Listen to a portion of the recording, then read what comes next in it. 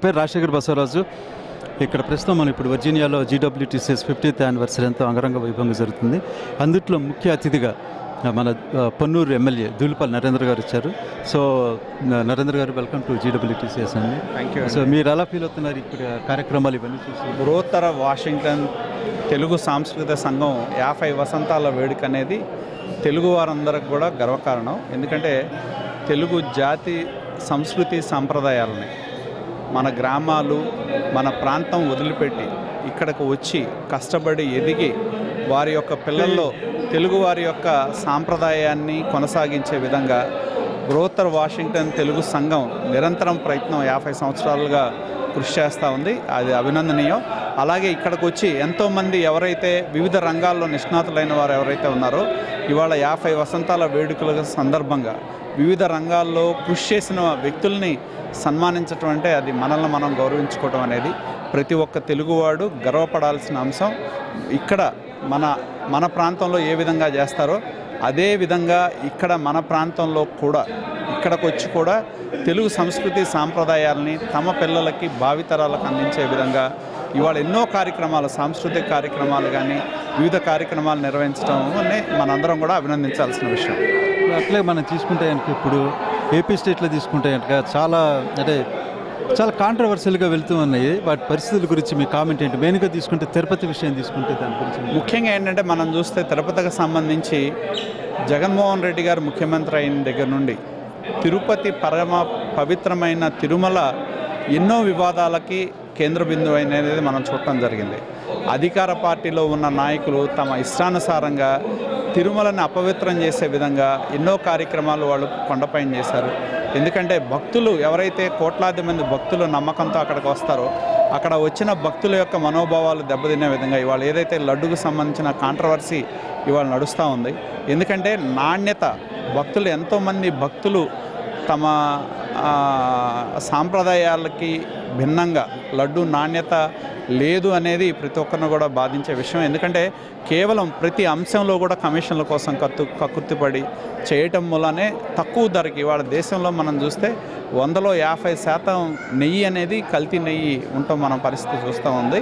Dairy రంగంలో కూడా ఎంతోమంది దీని మీద గత సంవత్సరాల కాలంగా కేంద్ర ప్రభుత్వం దృష్టికి తీసుకెళ్తా ఉన్నారు, ప్రత్యేకించి తిరుమలలో. ఎందుకంటే గతంలో చూస్తే ఎవరైతే డైరీకి సామర్థ్యం ఉన్న కంపెనీలు మాత్రమే టెండర్లో పార్టిసిపేట్ చేసే అవకాశం ఉంది. కానీ ఇవాళ వైకాపా ప్రభుత్వం వచ్చిన తర్వాత ఎవరైతే ట్రేడర్స్ ఉన్నారో ట్రేడర్స్ కానీ రిటైలర్స్ కూడా టెండర్స్లో పాల్గొనవచ్చు అని చెప్పి సవరించడం మూలాన వాళ్ళకు అనుకూలమైన వ్యక్తుల్ని తెర ముందు కొంతమందిని పెట్టి వెనకాల మరి నాణ్యత లేని ఏదైతే ఆయిల్స్, వెజిటబుల్ ఆయిల్స్, రకరకాల ఆయిల్స్ కలిసిన గీని సప్లై చేశారనేది పరీక్షల్లో తేలటం జరిగింది. ఇది ప్రతి ఒక్కరి మనోభావాలను దెబ్బతీసే విధంగా చేయటం అనేది చాలా బాధాకరం. దాని మీద ప్రభుత్వం కూడా కఠినంగా దాని మీద శిక్షించాలనే ఉద్దేశంతో ఒక సిట్ టీమును కూడా వేయటం జరిగింది. ఖచ్చితంగా వాటి మీద చర్యలు ఉంటాయి. అదేవిధంగా ఇవాళ చాలా ఆశ్చర్యం కలిగించే విషయం ఏంటంటే జగన్మోహన్ రెడ్డి యొక్క వ్యాఖ్యలు చూస్తే చాలా ఆశ్చర్యం కలిగింది. ఎందుకంటే ముఖ్యమంత్రి అనే వ్యక్తి మన రాష్ట్రానికి ప్రథమ పౌరుడు. ఎన్నో మతాలు ఉంటాయి, ఎన్నో సంస్కృతులు ఉంటాయి, ఎన్నో సాంప్రదాయాలు ఉంటాయి. మరి సెక్యులరిజం పేరు మీద ఆయన మాట్లాడిన మాటలు కానీ మానవతావాదం అనే మాటలు జగన్మోహన్ రెడ్డి నోటి నుంచి రావడం అనేది నాకు చాలా ఆశ్చర్యాన్ని కలిగించిన అంశం అని చెప్పి తెలియజేస్తా ఉన్నాను. 5 సంవత్సరాల పాలనలో, గత 5 సంవత్సరాల్లో మానవీయత అనేదానికే చోటు లేదు, మానవతకు అనేదానికి చోటు లేదు. కానీ ఇవాళ ఆయన నోటి నుంచి ఆ పదాలు మనం వింటే చాలా ఆశ్చర్యం కలుగుతూ ఉందని చెప్పి తెలియజేస్తాం. ఇంకోటి మీరు చూసుకుంటే కనుక ఇప్పుడు ఆయన పాదయాత్రకి సంకల్పించారు, మెట్ల ద్వారా వెళ్దామని, మళ్ళీ ఇప్పుడు బ్యాక్అవుట్ అయ్యారు. దాని గురించి ముఖ్యంగా ఆయన చేసిన వ్యాఖ్యల్లో కొన్ని కీలకమైనవి మనం చూస్తే ఇన్ని సంవత్సరాలు తిరుపతికి ఎవరు ముఖ్యమంత్రులుగా ఉన్నా మరి ముఖ్యమంత్రులు అనే వ్యక్తులు వాటిని సంప్రదించడం అనేది ఆనవాయితీ తిరుమలలో దేవుడికి. అలాంటప్పుడు ఇవాళ మొట్టమొదటిసారిగా జగన్మోహన్ రెడ్డి ఇంతకుముందు ఎన్నో కాంట్రవర్సీలు వచ్చినాయి. ఇవాళ స్వయంగా ఏం చెప్తా ఉన్నాడు? నేను ఇంట్లో క్రిస్టియన్ అంటాడు. ఎవరైనా సరే మనం పుట్టేటప్పుడు ఒక కులంలో పుడతాం, ఒక మతంలో పుడతాం. ఇంకో మతానికి మారినప్పుడు కన్వర్షన్ అనేది ఇవాళ మన దేశంలోనే మనం చూస్తాం. మారినప్పుడు ఆ మతం యొక్క సాంప్రదాయాలని అనుసరించడం అనేది మనం చూస్తూ ఉంటాం. అటువంటి వ్యక్తి ఇవాళ హిందువుల మనోభావాలు, ముఖ్యమంత్రిగా ఉన్న వ్యక్తి హిందూ సాంప్రదాయాలను గౌరవించాలి. ప్రతి చర్చికి వెళ్తే కొన్ని సాంప్రదాయాలు ఉంటాయి, మసీదుకి వెళ్తే కొన్ని సాంప్రదాయాలు ఉంటాయి, గుడికి వెళ్తే కొన్ని సాంప్రదాయాలు ఉంటాయి. వాటిని పాటించాల్సిన వ్యక్తి ఇవాళ సెక్యులరిజం పేరుతో నేను ఏదైనా చేయొచ్చు, నేను పాటించనని చెప్పడం అనేది చాలా దురదృష్టం, బాధాకరం అని చెప్పి కూడా నేను తెలియజేస్తా ఉన్నా. ఈ దేశంలో సెక్యులరిజం అంటే ఎవరి మతాన్ని వాళ్ళు ఆచరించే ఆస్కారం ఉంది. పరస్పరంగా ఒకరి మతాన్ని ఒకరు గౌరవించగలరు తప్పితే ఇంకొక మతం యొక్క సాంప్రదాయాలను నేను ఉల్లంఘిస్తా, వాటిని ఉల్లంఘించి నేను ప్రయాణం చేస్తా అని ఒక ముఖ్యమంత్రిగా పనిచేసిన వ్యక్తి చెప్పడం అనేది ఇది ప్రతి ఒక్కరూ కూడా ఖండించాల్సిన అంశం అని తెలియజేస్తా ఉన్నాను. అట్లాగే మీరు చూసుకుంటే ఇది డిక్లరేషన్కి భయపడే ఈ పాదయాత్ర క్యాన్సిల్ చేసుకున్నారు ముఖ్యంగా అంతే. ఎందుకంటే ఇవాళ ఆయన ఏం చెప్తా ఉన్నాడు, నోటీస్ ఒకటి చదివాడు. ఆ నోటీసులు మాకు 5 సంవత్సరాల కాలంలో దాదాపు ఒక 200 వచ్చి ఉంటాయి నోటీసులు. ఏదైనా చిన్న స్థానికంగా మేము పిలుపునిచ్చినా మా ఇంటి ముందు పోలీసులు ఉండేవాళ్ళు. ఇవాళ పనిమాల ఎక్కడా కూడా ఆయన తిరుపతి వెళ్ళొద్దని కానీ దేవుడి దర్శనం చేసుకోవద్దని కానీ ఎక్కడా లేదు. కాకపోతే అక్కడ 30 పోలీస్ యాక్ట్ ఉంది కాబట్టి జనం గుమిగూడతాం కానీ శాంతి భద్రతలు కానీ విఘాతం కలిగించే విధంగా చేయకూడదని మాత్రమే ఉంది తప్పితే జగన్మోహన్ రెడ్డి తిరుపతి వెళ్ళడానికి ప్రభుత్వం ఎటువంటి అడ్డంకులు కూడా కల్పించలేదు. కానీ హిందూ సాంప్రదాయం, ఆ గుడి యొక్క సాంప్రదాయం ప్రకారం ఖచ్చితంగా హిందూ మతం మీద నమ్మకం లేని వ్యక్తులు వెళ్ళినప్పుడు, ఇప్పుడు నేను మా దగ్గర చూస్తూ ఉంటాను, ఎంతోమంది ముస్లిమ్స్ వెళ్తారు అక్కడికి, తిరుపతికి కూడా ఊళ్ళల్లో మేము చూస్తూ ఉంటాం, చాలామంది వెళ్ళి వస్తూ ఉంటారు.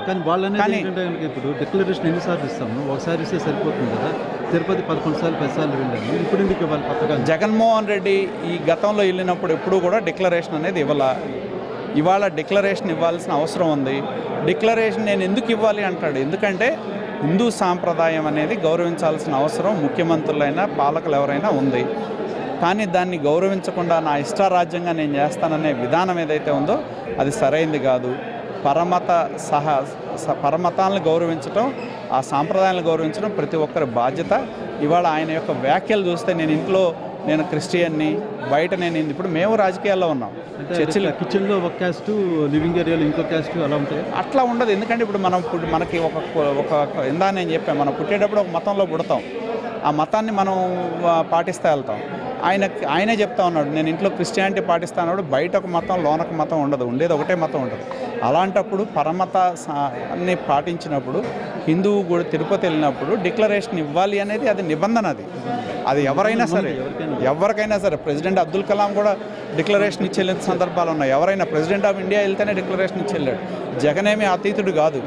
కాకపోతే ఆయన ముఖ్యమంత్రిగా ఉన్నాడు కాబట్టి గతంలో దాన్ని అడ్డు చెప్పేవాళ్ళు లేరు కాబట్టి అధికార దుర్వినియోగం చేశాడనేది స్పష్టమవుతూ ఉంది. కానీ ఇవాళ ప్రభుత్వం మారిన తర్వాత ఒకటే కోరుతా ఉంది, ఆ సాంప్రదాయాలని గౌరవించమని చెప్పి కోరుతా ఉన్నాం. ఖచ్చితంగా ఎవరైనా వెళ్ళటం అనేది, గతంలో ఎంతోమంది గొప్ప వాళ్ళు తిరుపతి వెళ్ళినప్పుడు డిక్లరేషన్స్ ఇచ్చారు.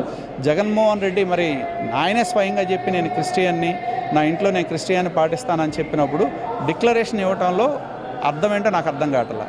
డిక్లరేషన్ ఇవ్వమని అడిగితే సెక్యులరిజం అంటాడు, మానవతావాదం అంటాడు, రకరకాలుగా చెప్తాడు. ఆ డిక్లరేషన్ గురించి భయపడేసేసి పాదయాత్ర మానుకున్నట్టు అనుకుంటారు. ఖచ్చితంగా నేను అనేది అదే, ఎక్కడ వెళ్తే డిక్లరేషన్ ఇవ్వాల్సి వస్తుందనే మిషతోనే ఆయన తిరుపతి వెళ్లకుండా మానుకున్నాడు తప్పితే ప్రభుత్వం ఏం అడ్డం పెట్టింది. ఓటు రాజకీయాల కింద చూడొచ్చు కదా. ఇది ఓటు రాజకీయాలు ఏంటి? నేను అడిగిన అదే, ఓటు రాజకీయాలు ఏముంటాయి దానిలో? అంటే ఇంకో డిక్లరేషన్ ఇస్తే ఇప్పుడు నేను ఈ క్యాస్ట్ అనుకుంటే మిగతా క్యాస్ట్ పక్క క్యాస్ట్ దూరం అవుతుంది. అసలు ఆయన ఒక మతాన్ని మేము రాజకీయాల్లో ఒక మతాన్ని మనం ఆచరించినందువలన మిగతా కులాలు దూరం అవుతాయి అనేది ఏం లేదు. ఒక బాధ్యత కలిగిన వ్యక్తిగా సమాజంలో ఒక పౌరుడైనా సరే ఇతర మతాలని, ఇతర వాళ్ళ యొక్క సాంప్రదాయాలని గౌరవించాల్సిన బాధ్యత మన మీద ఉంటుంది. అదే అడుగుతున్నారు జగన్మోహన్ రెడ్డిని.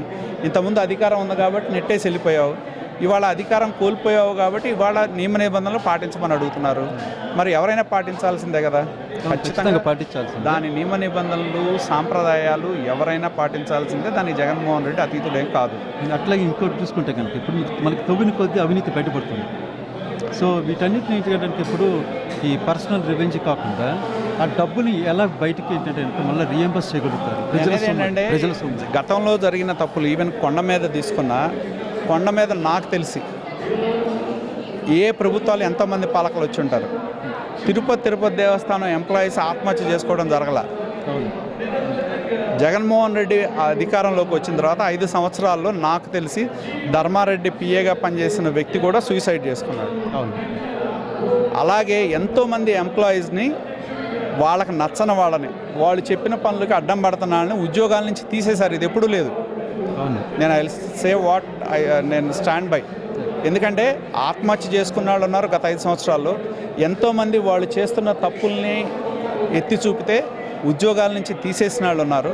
మరి ధర్మారెడ్డి లాంటి వ్యక్తి, దేవుడు అనేది ధర్మారెడ్డి కానీ, ఒక వైవి సుబ్బారెడ్డి కానీ, భూమన కరుణాకర్ రెడ్డి కానీ, చెవిరెడ్డి భాస్కర్ రెడ్డి కానీ తిరుపతి వెంకటేశ్వర స్వామిని తమ రాజకీయాల కోసమో, తన పరపతి పెంచుకోవడానికో, తమ యొక్క వ్యాపారపరమైన డబ్బు సంపాదించుకోవడానికో చంద్రబాబు నాయుడు గారు ఒక ప్రెస్ మీట్లో చెప్పారు 3,75,000 కాగితాలు స్లిప్లు జనాలకి ఇచ్చారని చెప్పేసి. ఇది చైర్మన్, సాక్షాత్తు టీటీడీ చైర్మన్ గారే ఇట్లా ఇవ్వటం జరిగిందని చెప్పేసి. ఖచ్చితంగా నేను చెప్తుంది అదే. 3 లక్షలు కాదు, మీరు తీస్తే ఇంకా వస్తాయి. నేను ఇవాళ ప్రభుత్వాన్ని కూడా కోరేదంటే, ముఖ్యమంత్రి గారిని కోరేది, టిక్కెట్ల కుంభకోణం తీస్తే వైవి సుబ్బారెడ్డి హయాంలో టిక్కెట్లు అమ్ముకున్నందువల్ల ఆ వచ్చిన డబ్బులు నాకున్న సమాచారం ప్రకారం, సబ్జెక్టు కరెక్షన్, వైవి సుబ్బారెడ్డి కుమారుడి అకౌంట్లోకి వెళ్ళి అనేది నాకున్న సమాచారం. కాబట్టి అటువంటివి ఎన్నో అక్రమాలు జరిగినాయి. టిక్కెట్లు అమ్ముకొని, దేవుడి టిక్కెట్లు అమ్ముకొని డబ్బులు సంపాదించేవాడిని ఏమంటారంటే, చైర్మన్గా ఉన్న వ్యక్తి, ఆయన చుట్టూ ఉన్న వ్యక్తుల్ని. అదే సో అది అంతకంటే దురాగతం ఏముంది కొండ మీద? అది కరెక్టేనండి, మీరు చెప్పారు. సో ఇప్పుడు నేను అడిగేది ఏంటంటే, ఆయనకి ఇప్పుడు మిగతా విషయాల్లో అంటే ఇంకా ప్రాజెక్టుల్లో కానీ అంటే మిగతా వాటిలో కూడా చాలా అవినీతి జరిగింది. ఆ అవినీతి సొమ్ము మీరు అలా రియంబర్స్ చేస్తారు? ఖచ్చితంగా. ఏంటంటే అవినీతిని ఇప్పుడు ఎక్కడెక్కడ అక్రమాలు జరిగినాయో, ప్రధానంగా అక్రమాలు జరిగిన ఇసుక కానీ, మద్యం కానీ, ఇటువంటి వాటి మీద ప్రభుత్వం చర్యలు తీసుకుంటుంది. ఎవరైతే అధికారం శాశ్వతం, మా ఇష్టారాజ్యంగా చేస్తామని చెప్పి సామాన్యుల మీద దౌర్జన్యం చేశారో, అక్రమ కేసుల మీద ఇరికిచ్చారో, రఘురామరాజు కేసుతో సహా ఇరికిచ్చారో, వాళ్ళందరి మీద చర్యలు తీసుకోవడం జరుగుతుంది. కాబట్టి ఇది నిరంతర ప్రక్రియ. ఈ నిరంతర ప్రక్రియ కొనసాగుద్ది. అన్ని రకాలుగా కూడా ఇటువంటి ఎవరైతే అక్రమాలకు పాల్పడ్డారో వాళ్ళ మీద చర్యలు తీసుకోవడం అనేది గవర్నమెంట్లో. మీ మీద ఎన్ని కేసులు పెట్టారు? దాదాపు నా మీద 22-23 కేసులు ఉన్నాయి. 2019 నాటికి నా మీద ఉన్న కేసులు ఒక కేసు కూడా లేదు. 2019 నుండి చూస్తే 22-23 కేసులు ఉన్నాయి. సో ఇంకోటి చిట్టచివరిగా, మీరు యాక్చువల్గా 6th టైం 30 years మీకు పొలిటికల్ ఎక్స్పీరియన్స్. సో మీకు సరైన గౌరవం దక్కిందని అనుకుంటారు?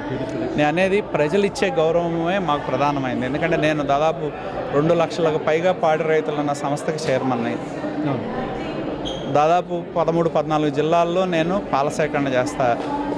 తెలంగాణ ప్రాంతంలో విస్తరించబోతా ఉన్నాం.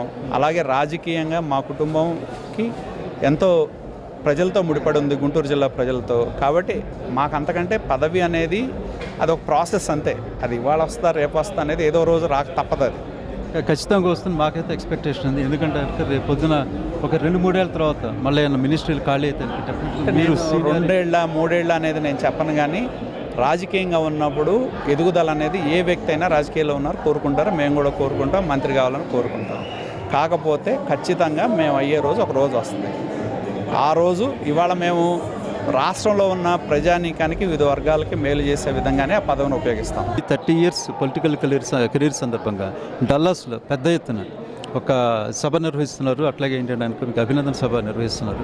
దానికి మీరు చెప్పేది?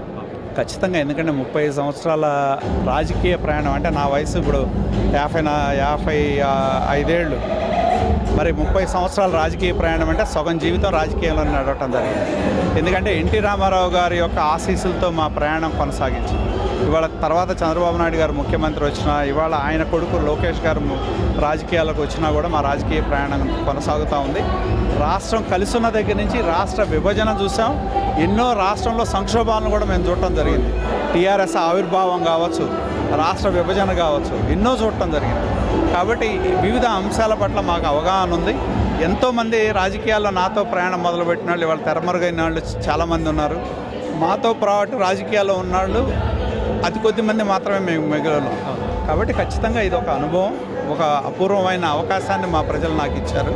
వాళ్ళకి ఎప్పుడు కూడా రుణపడి ఉంటాం. మాకు ఇచ్చిన అవకాశాన్ని రాష్ట్రం కోసం కానీ, మా జిల్లా ప్రగతి కోసం, మా ప్రాంత ప్రగతి కోసం మేము నిరంతరం పనిచేస్తాం. థ్యాంక్ యూ వెరీ మచ్ అండి. సో ధూళిపాల్ గారు చెప్పినట్టుగా సో ఈ లడ్డూల గురించి కానీ ఇలా చాలా ఫ్రాడ్ జరిగింది. ఇప్పుడు ప్రస్తుత గవర్నమెంట్ అవన్నీ వెలికి తీసేసి నిజాలు నిర్ధారిస్తుందని చెప్తున్నారు.